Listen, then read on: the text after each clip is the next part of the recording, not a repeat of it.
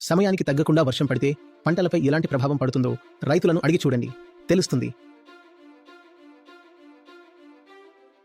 ఈ వాతావరణం మారిపోతుండటం వల్ల పంటల మీద చాలా తీవ్రమైన ప్రభావం పడుతుంది. మామూలు వస్తువులు చూడండి, మేజ్, మిల్లెట్స్, వీట్, రైస్, కూరగాయలు భారతదేశంలో గత సంవత్సరంలో ఖరీదైనవిగా మారిన ఫుడ్ ఐటమ్స్. అందులో స్వయంగా భారత ప్రభుత్వం చెబుతోంది క్లైమేట్ చేంజ్కి పెద్ద పాత్ర ఉందని. ఇంకా ఈ పంటలు పండించడానికి అందుబాటులో ఉన్న మొత్తం భూమి కూడా తగ్గిపోతుంది, ఎందుకంటే చాలా భూమి నీటి కిందకి వెళ్ళిపోతుంది. ఈ స్థలాలు ప్రపంచంలో అత్యధిక జనసాంద్రత ఉన్న ప్రాంతాలు కూడా కావు. ఇక్కడే క్లైమేట్ చేంజ్ యొక్క అత్యంత భయంకరమైన ప్రభావం పడనుంది. ఇక్కడే అన్నం పండబడుతుంది, ఇక్కడే పేదలు నివసిస్తున్నారు. ఫలితం ఏంటి? భారీ స్థాయిలో మైగ్రేషన్. ఈ మొత్తం జనాభా పేదరికం మరియు ఆకలితో బాధపడుతున్నవారు.